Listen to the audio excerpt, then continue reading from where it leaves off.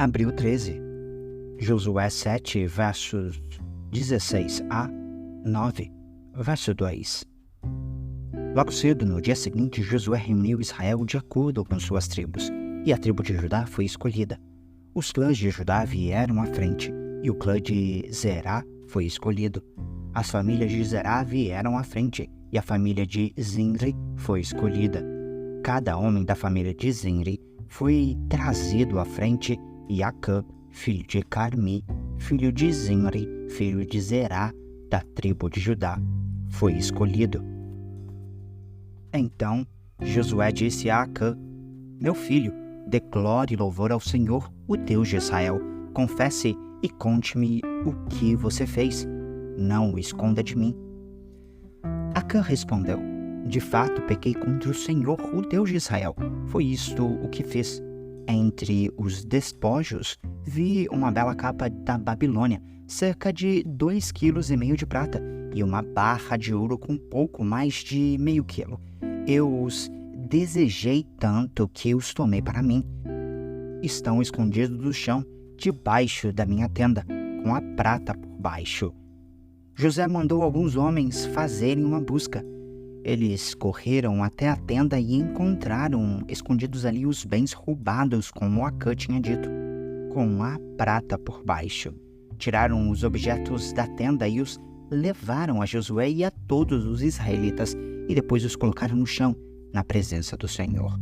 Então Josué e todos os israelitas tomaram Acã, filho de Zerá, a prata, a capa e a barra de ouro, e também os filhos, as filhas, os bois, os jumentos, as ovelhas, a tenda e tudo que pertencia a Acã, e levaram ao vale de Acor.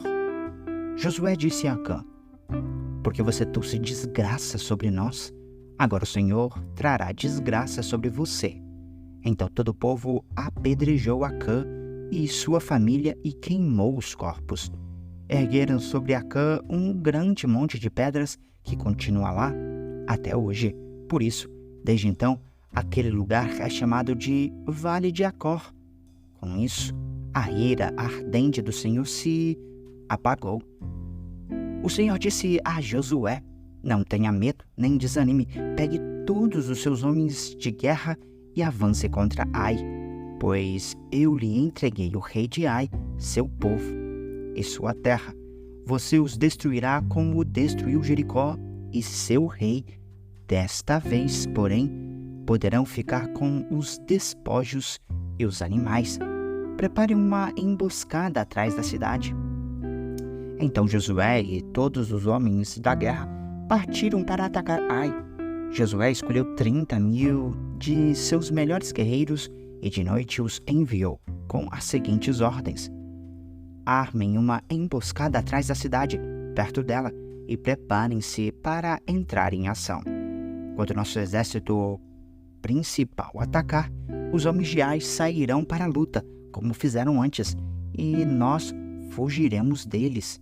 E eles nos perseguirão até que tenhamos atraído para longe da cidade, pois dirão: os israelitas estão fugindo de nós como fizeram antes. Então, enquanto corremos deles, vocês sairão da emboscada e tomarão a cidade, pois o Senhor, seu Deus, a entregará em suas mãos. Ponham fogo na cidade conforme o Senhor ordenou. Essas são as minhas ordens. Josué os enviou, e eles foram ao lugar da emboscada, entre Betel e o lado oeste de Ai. Josué, porém, passou a noite com o povo no acampamento. No dia seguinte, logo cedo, Josué passou em revista a tropa e partiu para Ai, acompanhado dos líderes de Israel. Todos os homens de guerra que estavam com Josué se aproximaram da cidade e acamparam do lado norte de Ai, onde um vale os separava da cidade. Naquela noite, Josué enviou cerca de 5.000 homens para esperarem escondidos entre Betel e Ai, do lado oeste da cidade.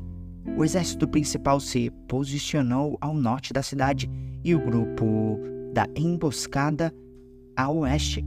Josué, por sua vez, passou a noite no meio do vale. Quando o rei Ai viu os israelitas do outro lado do vale, Ele e seu exército se apresentaram e saíram bem cedo para os atacarem no lugar de onde se avista o Vale do Jordão. Não sabiam, porém, que havia uma emboscada atrás da cidade. Josué e o exército de Israel fugiram em direção ao exército como se estivessem derrotados. Todos os homens da cidade foram chamados para persegui-los e, com isso, acabaram atraídos para longe da cidade.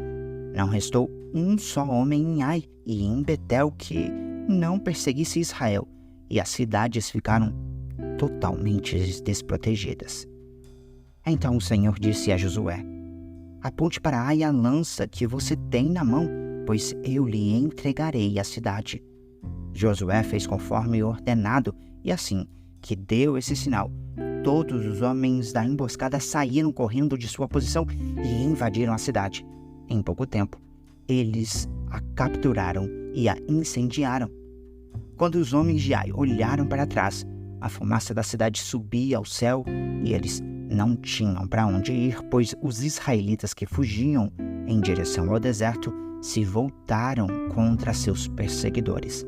Ao perceberem que a emboscada havia sido bem sucedida, a fumaça subia da cidade. Josué e todo o exército de Israel deram meia volta e atacaram os homens de Ai. Enquanto isso, os israelitas que estavam dentro da cidade saíram e atacaram o inimigo pela retaguarda. Os homens de Ai ficaram presos no meio com os guerreiros israelitas de ambos os lados. Israel os atacou e nenhum deles sobreviveu nem escapou. Somente o rei de Ai foi capturado vivo e levado a Josué. Quando o exército israelita terminou de perseguir e matar todos os homens de Ai nos campos abertos, voltou e acabou com quem tinha ficado dentro da cidade. Toda a população de Ai, no total de 12.000 homens e mulheres, foi exterminada naquele dia, pois Josué manteve sua lança estendida até que todos os moradores de Ai tivessem sido completamente destruídos. Somente os animais e os tesouros da cidade não foram destruídos, pois Israel os tomou como despojo, conforme o Senhor havia ordenado a Josué. Então Josué pôs fogo na cidade de Ai e ela se tornou, para sempre, uma pilha de ruínas, um lugar desolado até hoje. Josué enfocou o rei de Ai numa árvore e ali deixou até a tarde. Ao pôr do sol, os israelitas se tiraram o corpo da árvore e, por ordem de Josué, lançaram em frente à porta da cidade. Sobre ele levantaram uma pilha de pedras, que permanece lá até hoje. Então Josué construiu no Monte Ebal um altar ao Senhor, o Deus de Israel. Seguiu as ordens que Moisés, servo do Senhor, havia escrito no livro da lei. Façam um altar de pedras inteiras, em sua forma natural, que não tenham sido trabalhadas com ferramentas de ferro. Sobre o altar, apresentaram ao Senhor holocaustos e ofertas de paz. E, enquanto os israelitas observavam, Josué copiou nas pedras a lei que Moisés lhes tinha escrito. Todo o Israel, tanto os estrangeiros como os israelitas de nascimento, junto com os líderes oficiais e juízes, se dividiu em 2 grupos. Um grupo ficou em frente ao Monte Gerizim e o outro em frente ao Monte Ebal. Entre os 2 grupos, que estavam voltados um para o outro, ficaram os sacerdotes levitas que levavam a Arca da Aliança do Senhor. Tudo foi feito de acordo com as ordens transmitidas de antemão por Moisés, servo do Senhor, para que o povo de Israel fosse abençoado. Em seguida, Josué leu todas as bênçãos e maldições que Moisés havia escrito no livro da lei. Cada palavra de cada ordem de Moisés foi lida para toda a comunidade de Israel, incluindo mulheres, as crianças e os estrangeiros que viviam entre eles. Todos os reis a oeste do Rio Jordão souberam do que havia acontecido. Eram os reis dos hititas, dos amorreus, dos cananeus, dos ferezeus, dos heveus e dos jebuseus, que viviam nas montanhas, nas colinas do oeste, ao longo do litoral do mar Mediterrâneo, até as montanhas do Líbano ao norte. Esses reis juntaram suas tropas para lutar como um só exército contra Josué e os israelitas. Lucas 16, versos 1 a 18. Jesus contou a seguinte história a seus discípulos.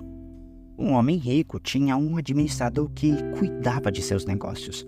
Certo dia, foram-lhe contar que esse administrador estava desperdiçando seu dinheiro.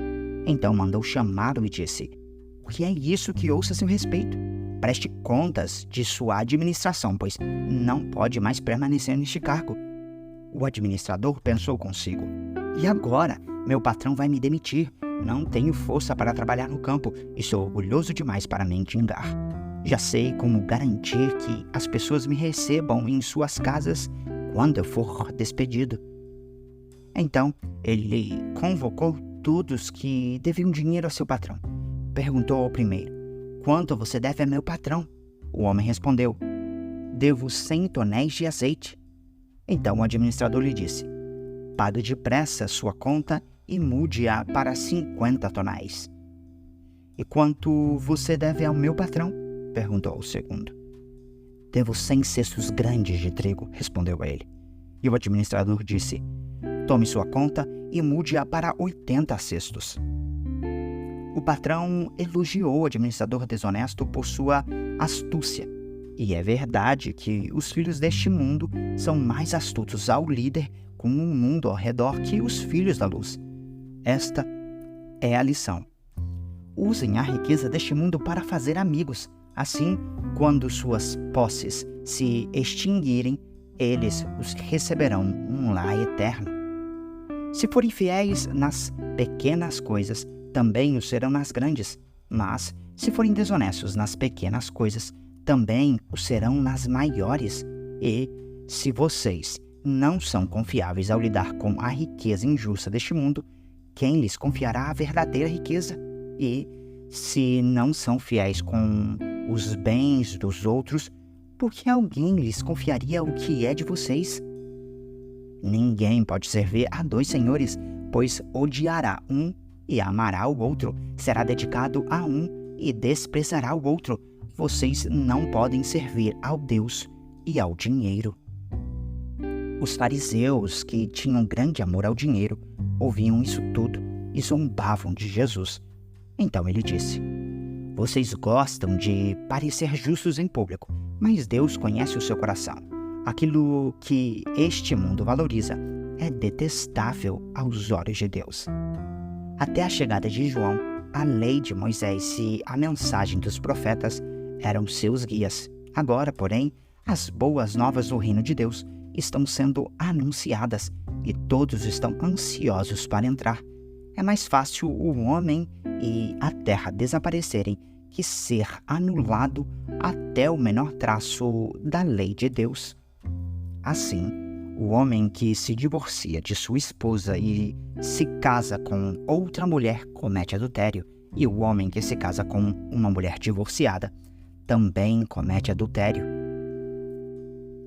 Salmos 82, versos 1 a 8. Salmo de Asaf. Deus preside a Assembleia dos Céus. No meio dos seres celestiais, anuncia seu julgamento. Até quando tomarão decisões injustas que favorecem a causa dos perversos? Façam justiça ao pobre e ao órfão. Defendam os direitos do oprimido e do desamparado. Livrem o pobre e o necessitado. Liberte-nos das garras dos perversos. Esses opressores nada entendem, são completos ignorantes, andam sem rumo na escuridão. Enquanto os alicerces da terra estremecem, eu digo: vocês são deuses, são todos filhos do Altíssimo. Morrerão, porém, como simples mortais e cairão como qualquer governante. Levanta-te, ó Deus, e julga a terra, pois todas as nações te pertencem.